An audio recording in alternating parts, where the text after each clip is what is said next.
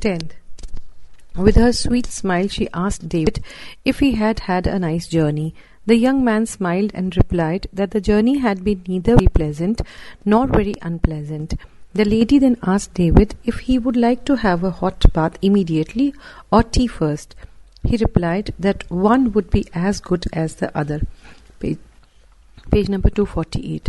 11th. Corey swore by hell and wanted to know from Mrs. Meldon what she was doing. She replied that she was destroying his foul invention. Laughing harshly, Corey reminded that would not destroy it. He had got it all in his head, and all that she had done was to make a mess on his floor. 12th. Della inquired of Madam if she would buy her hair. Madam replied that she buys hair. She then asked Della to take her hat off so that they might have a look at it. Della obliged, and finding the rippling brown casket acceptable, Madam offered $20 for the hair. Della agreed and requested her to give the money quickly. 13th. The driver wanted to know where he would take her to. Hesitatingly, she inquired if he could recommend a nice, inexpensive hotel. The driver swung around to stare at her appraisingly and asked if she was new in town. She replied that she was new. The driver nodded and told her that possibly she would need a job. She confirmed that she needed a job. 14th. Mayor asked Piper if he had killed the rats. Piper replied that he had and requested Mayor that he might be allowed to have the bag of gold. On his refusal, Piper politely wanted to know the reason for that. Mayor replied that they did not believe him. 15th. The traveller asked the peasant if he could tell him the way to the nearest inn. The peasant replied that he could and asked the traveller if he wanted one in which he could spend the night. The traveller said that he wanted not to spend the night but a meal only. 16th. The policeman B asked the sergeant if the barrel would be a good place to put a notice up. The sergeant replied that it might be a good place, so he could put it there. 17th. The vendor inquired whether he was his grandson. The old man replied that he was his grandson, the son of his only son, but his son and his wife had been drowned as they worked on their land when the dikes broke. 18th. Peterkin asked Jack if the latter was sure that was it. Jack replied that he was quite sure, for he had been particularly interested in the account he had read of it, and he remembered the description well. He was sorry, however, that he had forgotten the descriptions of many other trees which he was sure they had seen that day, if they could not recognize them. So Peterkin would see he was not up to everything yet. With a grave, patronizing expression of countenance, Peterkin told Jack not to mind this, for he knew a good deal for his age. He was a clever boy, a promising young man, he observed. 19th. Helen said, Odysseus, what dangerous plan is this? How dare you enter Troy alone? Tell me, what hope the Greeks have of winning the city? If they do, will Menelaus take me back, or will he kill me when he meets me? If so, it would be better for me to die here in Troy. Answer. Helen asked Odysseus what dangerous plan that was and how he dared enter Troy alone. She requested him to tell her what hope the Greeks had of winning the city, and if they did so, whether Menelaus would take her back or would kill her when he would meet her. If so, it would be better for her to die there in Troy. 20th. Helen said, I wish that I had never come here, leaving my pleasant home in Sparta. Surely I was mad when I listened to Paris, and now if the Greeks take Troy, who can tell what will happen to me? Yet you are a Greek, and I must help you. Come with me, I will show you how to make the attempt. 20th. Helen said that she wished she had never gone there, leaving her pleasant home in Sparta. She was surely mad when she had listened to Paris, And then, if the Greeks took Troy, nobody could tell what would happen to her. Yet Odysseus was a Greek and she must help him, so she requested him to go with her. She would show him how to make the attempt.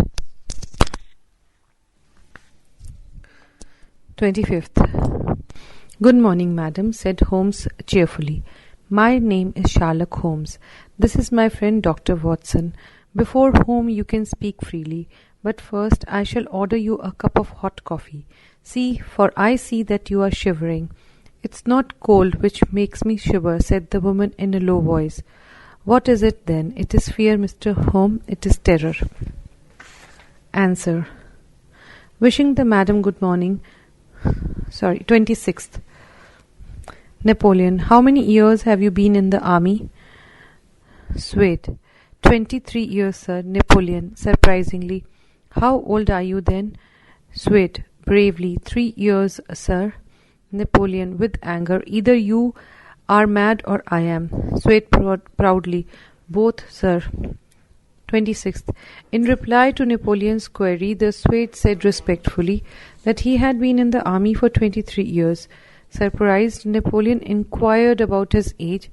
The Swede bravely replied that he was 3 years old. Napoleon said with anger that either he or he himself was mad. The Swede proudly and respectfully replied that both were so. 27th. Woman. Can you get me a job in the hospital, son? Young man. Why not?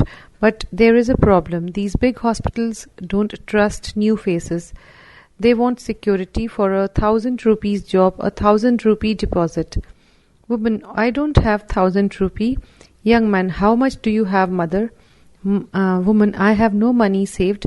Young man. Then it is not possible. 27th. Answer. The woman inquired of the young man affectionately if he could get her a job in the hospital. The young man replied that he could definitely, but there was a problem. Those big hospitals did not trust new faces and wanted a security deposit of 1,000 rupees for 1,000 rupee job. The woman stated that she did not have 1,000 rupees. To the young man's query as to how much she had, she replied that she had no money saved. The young man said that in that case it was not possible to get a job. 28th. Gandhi. You don't like vegetables. Fisher. I don't like the taste of these vegetables 3 days running. Gandhi. Ah, you must add plenty of salt and lemon. Fisher. You want me to kill the taste. Gandhi laughing. No, enrich the taste. Fisher jokingly. You are so non-violent, you wouldn't even kill a taste. 28. In reply to Gandhi's query if he did not like vegetables, Fisher said that he did not like the taste of these vegetables 3 days running. Gandhi exclaimed and said that he must add plenty of salt and lemon. As Fisher wondered if he wanted him to kill the taste, Gandhi laughingly added that he did not mean it and the suggestion was to enrich the taste. Fisher jokingly remarked that he was so non-violent that he would not even kill a taste. 29th. Page number 244. Gosh, a new stamp album, cried Jonathan Wiseau, and it's got some stamps inside already. Have the goodness to leave the room. We have some business with His Royal Highness. Urgent business. Dr. Strawn. Facing round. Gentlemen, I fear my business is more grave. I have the saddest of duties to perform. I know you would all gladly lay down your lives for lives for your prince, but there are some perils which even your courage cannot avert. Good. Puzzled. What are you talking of, sir? Strawn. The prince sent for me to prescribe for some disquieting symptoms that have declared themselves. I have made my examination. My duty is a cruel one. I cannot give him 6 days to live. Answer. 24th. Gnitsa requested Dr. Strawn to have the goodness to leave the room, for they had some business with His Royal Highness. Urgent business. Facing round. Dr. Stones told the gentleman that he feared his business was more grave, that he had the saddest of duties to perform. He knew the gentlemen would all gladly lay down their lives for their prince, but there were some perils which even their courage could not avert. Granitza was puzzled and asked the doctor what he was talking about. Dr. Stones replied that the prince had sent for him to prescribe for some disquieting symptoms that had declared themselves. He had made his examination. His duty was a cruel one. He could not give the prince 6 days to live. 25th. "Good morning, madam," said Holmes cheerfully. "My name is Sherlock Holmes. This is my friend Dr. Watson, before whom you can speak freely, but first I shall order you a cup of hot coffee, for I see that you are shivering." "It is not cold which makes me shiver," said the woman in a low voice. "What is it then?" "It is fear, Mr. Holmes. It is terror." 25th. Wishing the madam good morning, Sherlock Holmes cheerfully introduced himself and his friend Dr. Watson to her and assured her that she could speak before him freely. He then suggested that first he would order her a cup of hot coffee, for he saw that she was shivering. The woman said in a low voice that it was not cold which made her shiver. Holmes wanted to know what it was. The woman replied that it was fear and terror that were the cause of her shivering. Napoleon. "How many years have you been in the army?" Swede. 23, sir. Napoleon, surprisingly. "How old are you then?" Swede bravely. 3 years, sir. Napoleon, with anger. "Either you are mad or I am." Swede proudly. "Both, sir. Answer." In reply to Napoleon's query, the Swede said respectfully that he had been in the army for 23 years. Surprised, Napoleon inquired about his age. The Swede bravely replied that he was 3 years old. Napoleon said with anger that either he or he himself was mad. The Swede proudly and respectfully replied that both were so. 27th. Woman. "Can you get me a job in the hospital, son?" Young man. "Why not? But there is a problem. These big hospitals don't trust new faces. They want security. For 1,000 rupee job, 1,000 rupee deposit." Woman. "I don't have 1,000 rupee." Young man. "How much do you have, mother?" Woman. "I have no money saved." Young man. "Then it is not possible." 27th. Answer. The woman inquired of the young man affectionately if he could get her a job in the hospital. The young man replied that he could definitely, but there was a problem. These big hospitals did not trust new faces and wanted a security deposit of 1,000 rupees for a 1,000 rupee job. The woman stated that she did not have 1,000 rupees. To the young man's query as to how much she had, she replied that she had no money saved. The young man said that in that case it was not possible to get a job. 28th. Gandhi. "You don't like vegetables." Fisher. "I don't like the taste of these vegetables 3 days running." Gandhi. "Ah, you must add plenty of salt and lemon." Fisher. "You want me to kill the taste." Gandhi laughing. "No, enrich the taste." Fisher jokingly. "You are so non-violent, you wouldn't even kill a taste." 28th. Answer. In reply to Gandhi's query if he did not like the vegetables, Fisher said that he did not like the taste of those vegetables 3 days running. Gandhi exclaimed and said that he must add plenty of salt and lemon. As Fisher wondered if he wanted him to kill the taste, Gandhi laughingly added that he did not mean it and the suggestion was to enrich the taste. Fisher jokingly remarked that he was so non-violent that he would not even kill a taste.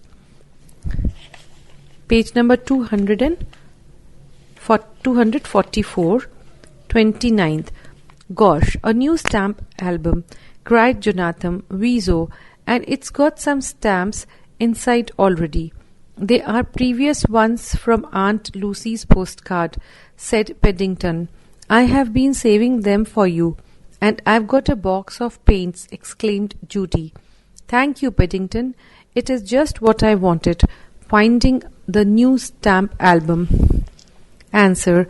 Jonathan swore by God and expressed delight seeing the new stamp album, which had already got some stamps inside. Paddington said that they were previous ones from Aunt Lucy's postcard, which he had been saving for him. Judy exclaimed that she had got a box of paints. Jonathan, finding the new stamp album, thanked Paddington, for it was just what he had wanted. 30th. Catherine, I hope you don't mind me smoking. Sir Robert, a lady in her own home is surely entitled to behave as she wishes. Catherine, won't you take your coat off, Sir Robert? Sir Robert, no, thank you. Catherine, you find it cold here. I am sorry. Sir Robert, it's perfectly all right. Answer. Catherine told Sir Robert that she hoped he did not mind her smoking. Sir Robert said that a lady in her own home was surely entitled to behave as she wished. Catherine then requested Sir Robert to take off his coat, but he politely said he would not. Catherine asked him if he found it cold there and felt sorry if he did. Sir Robert assured that it was perfectly all right. 31st. Holmes, it is very essential, Mrs. Shonner, that you should follow my advice closely in every detail. Miss Shonner, I shall most certainly do so. Holmes, the matter is too serious for any hesitation. Your life may depend on your obedience. Miss Shonner, I assure you that I shall do whatever you say. Holmes, in the first place, both my friend and I must spend the night in your room. Answer. Addressing Miss Shonner by name, Holmes told her that it was very essential that she should follow his advice closely in every detail. Miss Shonner said that she would most certainly do so. Holmes warned her that the matter was too serious for any hesitation, and her life might depend on her obedience. Miss Shonner assured him that she would do whatever he said. Holmes then said that in the first place, both his friend and he must spend the night in her room. 32nd. James, now understand once and for all, Philip, while you remain in my house, I expect not only punctuality, but also civility and respect. I will not have any impertinence. Philip, that's what I want to talk to you about, Uncle James. About staying in your house, I mean. James, I don't know what you mean. Philip, well, we don't get on well together, and I thought I'd better take rooms somewhere else. I suppose you could give me the money my father left to me. James, coldly, you come into your money when you are 25. Your father very wisely felt that trusting a large sum to a mere boy of 21 was putting temptation in his way. I certainly don't propose to alter his dispositions, whether I have the power or not to do so. Answer. James told Philip to understand once and for all that while he remained in his house, he would expect not only punctuality, but also civility and respect from him, and that he would not tolerate any impertinence. Philip replied that he wanted to talk to him precisely about that, about staying in his house. James failed to understand what Philip meant. Philip submitted that they did not get on well together, so he thought he would better take rooms outside. He hoped that James could give him the money his father had left to him. James reminded Philip coldly that he would come into his money when he would be 25. He added that his father very wisely had felt that trusting a large sum to a mere boy of 21 was putting temptation in his way. He certainly did not propose to alter his father's dispositions, whether he had the power or not to do so. 33. "What's the matter, madam?" said Mr. Bounderby. "You don't see a fire, do you?" "Oh, no, sir." "Oh, dear, no, sir," replied Mrs. Sparsit. "I am thinking of the dew." "What have you got to do with the dew, madam?" said Mr. Bounderby. "It's not myself, sir," returned Mrs. Sparsit. "I am fearful of Miss Gradgrin's taking cold." "I never take cold, Mr. Bounderby." "Really, sir?" said Mrs. Sparsit. Answer. Mr. Bounderby politely asked Mrs. Sparsit what the matter was and hoped she did not see a fire. Mrs. Sparsit endearingly replied that she did not see any fire. She was thinking of the dew. Mr. Bounderby asked again what she had got to do with the dews. Mrs. Sparsit said that it was not herself. She was fearful of Mrs. Gradgrin taking cold. Mrs. Spartan said that it was not herself. She was fearful of Miss Gradgrin's taking cold. Mr. Bounderby observed that she never took cold. Mrs. Sparsit asked respectfully if it was really so. 34. Stranger. "Excuse me, will this take me to the station?" Resident. "Yes, straight on. Turn to the left when you get to the end. You will see a notice there. You can't go wrong." Stranger. "Is it far?" Resident. "About 3 or 4 minutes. Stranger. "Thank you very much." Answer. Begging to be excused, the stranger asked the resident if that would take him to the station. The resident replied that it would, and then directed him to move straight on and turn to the left when he would get to the end. He would see a notice there, and he could not go wrong. The stranger inquired if it was far. The resident replied that it was about 3 or 4 minutes. The stranger thanked the resident. 35. Estella, I cried out as the figure drew near me. "I am greatly changed," she said. "I wonder you know me. After so many years, it is strange that we should thus meet again, Estella. Here where our first meeting was. Do you often come back?" "I have never been here since."